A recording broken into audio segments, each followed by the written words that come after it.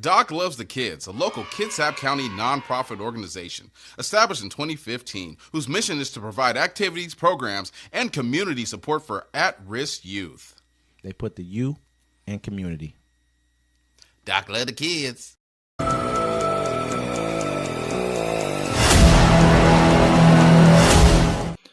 Welcome to Uncommon Courtesy. We give you the courtesy of conversation That's uncommonly spoke of. I'm D-Mac. I'm Wesley. And this is the show. Hey, don't forget to like, listen, subscribe. Thanks to all our followers. Thanks to everybody that stuck with us yesterday, the day before, watching the election unfold. And that's what we're here to talk about right now. Donald Trump has won the re-election again after 4 years. He got 295 electoral college votes.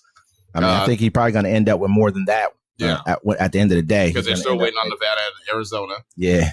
So he'll probably get over 300. I mean, it was a pretty sweeping win. Yeah. For him. You know what I mean? It was a pretty decisive victory for him. So, you know, we're cut from the cloth where, I mean, we're not going to complain and cry about it. I mean, he did win. We'll give him that thus far. But we do have some information we want to. Who's not going to cut and complain and cry about it? Man, kill that noise. Let's talk about it. Okay. Yo, check it out. This time he got 72 million votes. Exactly. And that's about as much as he got last time. Last time he got 74 million, right? Kamala Harris got 67 million, right? But last time Joe Biden got 81, okay. 84 million votes. And so just me, not making a conspiracy, but are we saying 20 million people sat it out? Man, and it was record turnout this year. Like it was record turnout before, but this time it was record turnout. But we're still missing 20 million votes. I saw the same thing. I saw there was a chunk of voters who did not come out to vote. Like they're saying they didn't. Obviously, they didn't come out to vote. But how I really feel, I felt a vibration, I guess you would call it, man. Yeah. From like just what was going on in the atmosphere. A lot of people were just talking about Trump. They're saying he won. Basically about 20 to 22% of the black male vote. That's like historic. You know what I mean? As far as modern day Republicans are concerned, that's historic. Black women voted for him 92%. I think they say the second biggest voting block for him was Jewish women. Then I think he had like 53% of the white woman vote. Yeah. Well, I mean, I can understand why the black men turned away from the Democratic Party, just like we were sitting here arguing about it before. You know, they only come around and they ask for our vote. They don't do nothing for us. And like I was telling you before, look, you got Meg Thee Stallion, Cardi B. Someone said, look, they took $40 million and turned it into a Yo Gotti concert. I was like, you didn't grab anybody else. She didn't even offer Cornel West a job in her administration. It was just, hey, we're going to grab these rappers. We're going to have Meg Thee Stallion check her butt on stage. We're going to have Cardi B, illiterate ass, get up there with reading stuff off her phone. You know, these are not the representation. Look, you didn't want to represent Cuban read us. Stuff off his phone as well too. Mark Cuban at the same. I do stand up comedy, bro. I don't read stuff off my phone. You know why but in fact, the reason why they read stuff off their phone because the teleprompter was down. I mean, most times your speeches are on the teleprompter. Teleprompter was down, so they let them read it off their phone. But let me say this: I'm gonna keep it real. How I really feel about it, it made me angry when I heard Barack Obama call out black male voters, but I see the same thing. I see the same thing. I'm not going to say all of them who voted against her, that was their reason, but I think a good majority of them. When I hear people talk about it, they're like, that woman. Y'all believe that woman? Y'all thought that woman was going to win? I mean, you can't even, that's disrespectful to be like that woman. Do we say that man? Well, when we talk about Donald Trump, they say Donald Trump. I think a lot of men don't want to see or can't feel like a woman can lead them, or they may have some whatever they got going on, how they feel about certain situations they've been through in life. They feel like that. Well, because they probably had horrible moms, and so they were like, nah.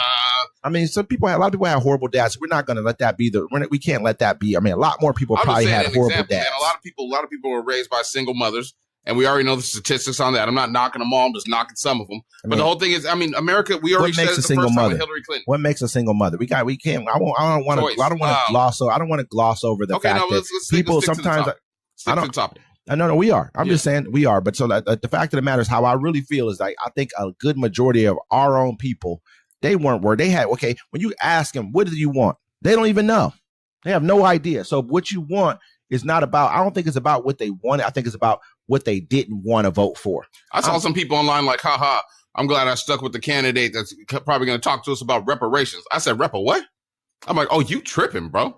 Yeah. You tripping. They're about to take your history out the history books. Are you talking about reparations? I mean, and even bigger than that, you know, when you're really talking about it, the people who voted for him, his biggest voting blocks, like we were talking about earlier, are people who are, have low to no real education. Not to knock you, but it's just truth. He won that majority. He won the majority of that. Democrats won the majority of educated, Americans. And also the people who voted for him in majority are the people who are going to be the poorer, people who are maybe on public assistance, people who may just be on the cusp of middle class to being poor, whatever the case may be. You guys, what do you think he's going to go after? He's going to go after health care. He's going to go after your welfare. Stamps, Social Security, exactly. Medicaid. They're going to cut a lot of programs. See, y'all don't understand. That's what Elon Musk is here for. He told him, he saw what he did with Twitter, how he cut 60% of the workforce and it kept working. He's like, I need you to do that with the American budget. The rich are going to get richer and you're going to get poor. And a lot of people, I had a girl on my Facebook. I'm not going to call her out, but she was like, yeah, it's a great day in America. I'm like, ma'am, you're on food stamps and you've been on Section 8 since I've known you. All that is going to be gone. And it's illegal to be homeless. So you're going to be locked up because you're not going to have a place to stay. And my whole thing like this, like I said, we had a chance to have democracy continue, or you had a chance to be under a dictatorship, and that's what we're under now. He has unchecked power. The Supreme Court gave it to him. We now have a king, as in Donald Trump, and they're going to run the Senate. They're going to run the House. So when everything happens and it goes down, nobody point the finger at anybody and say, ha, ha, ha. No, they'll be like, hey, this is what you voted for. It's what you voted for. This is what you wanted for. This is what you wanted. I think a lot of people are afraid to take a stance, too. This is what I've noticed a lot, too. A lot of people came out today with the whole America, blah, blah, because I think a lot of people like to be bandwagon kind of fans of things. You don't want to take a stance because you're afraid to be ridiculed or looked at, or you may not even understand that the facts of what's going on. So you don't want to talk about it, but so you rather stand on the winning side. That's what it's like. It's like having a sports team win a championship. Then all of a sudden you see all the fans who are now their new fans. Yeah, I love this team. You know what I mean? It's like, you better switch sides, bro. Like this. Look, we don't live in a democracy anymore. Never. Our democracy is over. There will be no democracy left. That's over. Yeah. If you have the option to switch sides, I was with him the whole time. Yeah. You better jump on his side. I'm not going to do it. I'm glad I live where I live at. And just like I was talking to a lady friend of mine today, she's like, I'm not worried about myself. She's like, I'm worried about my children. I'm worried about my friends that live in other states and in the Midwest, in these red states. You know what I'm saying? A lot of people are about to lose their rights. A lot of mothers are about to get their kids taken away from them. It's all in Project 2025. You get what you voted for. America, we have to accept the election. There was no foul play. America decided they would like a dictator and full white supremacy. And we're going to report on it. And you know what? And the way you just said that right there, I agree. Yeah. I agree. This is exactly what they voted for. People, I mean, he said exactly what he was going to do. He told everybody, and everybody was good with it. All of his actions, everything, the antics, everything. And this is what America is. It's like somebody, we were watching someone, who was that? I think it might have been Farrakhan last night. I think he played him. He was like, he said, basically, we just took a look in the mirror and saw ourselves in Trump. You know what I mean? That's basically what why people look at him and they want to ridicule him or they like him so much. It's because we see that's America right there. We're looking at. Full blown. Yeah, period. I see it all the time. I had a person come into my inbox. I don't talk to this person about anything. We don't talk. I mean, he might like some different like photos of my stuff or something like that, but we don't talk. We've never been buddy friends or anything. But as all of a sudden last night as a message, Trump.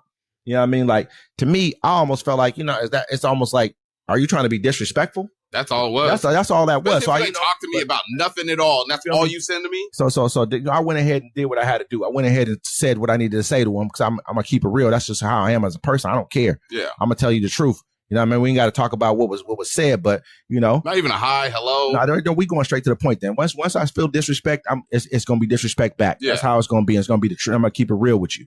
But to me, I'm looking at that. But that's the crowd of people he has, though. They're childish. It's kid games. But in reality, they're not used to people who I don't play kid games at all about nothing. You know what I mean? So you're gonna get that same energy back from me. But I'm serious about it. Are you?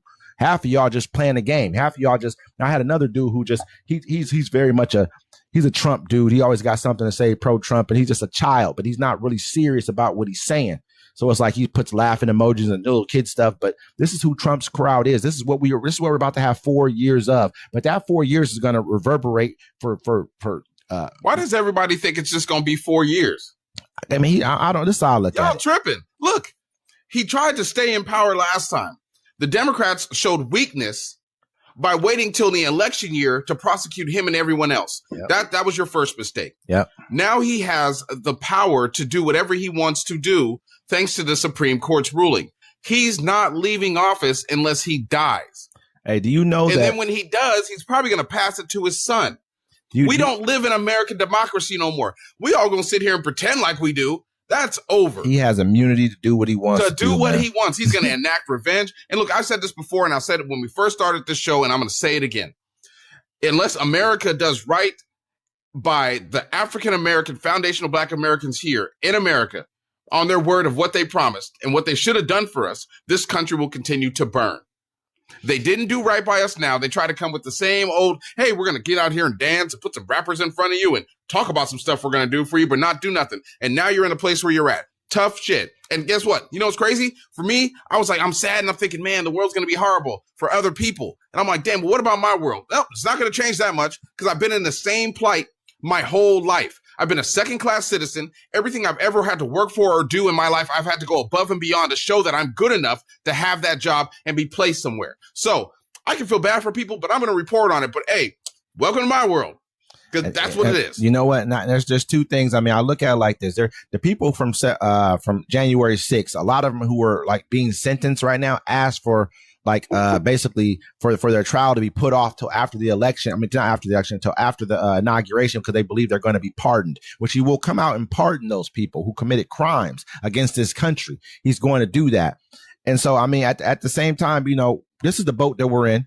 We made our bed. We're about to lose a bunch of our allies across the world. Just watch and see what happens. Countries are going to start turning against us and going to our enemies because they can't trust in America anymore. You can't trust in that America is going to be consistent any longer. You know what I mean? Another thing is the dollar is going to tank. It may not, these things aren't going to happen immediately, and it may not all fully happen under his watch. But right now, our good standing around the world is over. That's what we don't understand. That's what we don't see. It's a joke. And a lot of times, what I've seen a lot of times is that even in 2012, Mitt Romney told Barack Obama in a debate that the biggest threat to America was Russia, and Barack Obama laughed it off like, aha, you think we're gonna you want to refight the Cold War? You think we're gonna fight in wars with bayonets? And it was a funny line. I laughed about it. I remember the line. I thought he did a good job with it. But look where we are now, 2024. Who is the biggest threat to America? Who are we fighting right now? Russia. You know, it makes me upset too. You know, every time we talk about it, people are like, "Oh man, this isn't their country. This is stolen land." No, this is their country. Like I said before the election, they came here, they conquered. And this election just showed you, ain't nothing changed. You play up all this BS. Hey, we want to stop the immigrants from getting deported. Well, immigrants can't vote, homie. Hey, we want to do this and do that. Well, those people didn't show up for you. You try to show it. They were saying people for Kamala were voting for other people that they cared about. Trump and they were voting for themselves. To uphold white supremacy in America, which is being happening right now, is going to be held up. I'm glad I live in a state and the part of my state where I won't be affected as much by all the policies that are going to happen. Everyone else, I don't want to hear nobody complaining about it. I won't be like, oh, this is what I voted for. I can't believe this happened to my friend, my cousin. Those aren't your friends. Those aren't your family members anymore. You threw everyone under the bus for your supremacy, and that's fine. Yeah. I get it. I understand. I wouldn't want to be taken. I wouldn't want my power to lose. And I told you before, I said, look, if you're on the cusp of losing your power and you're baking your own destiny, you'll do whatever you have to do to keep it.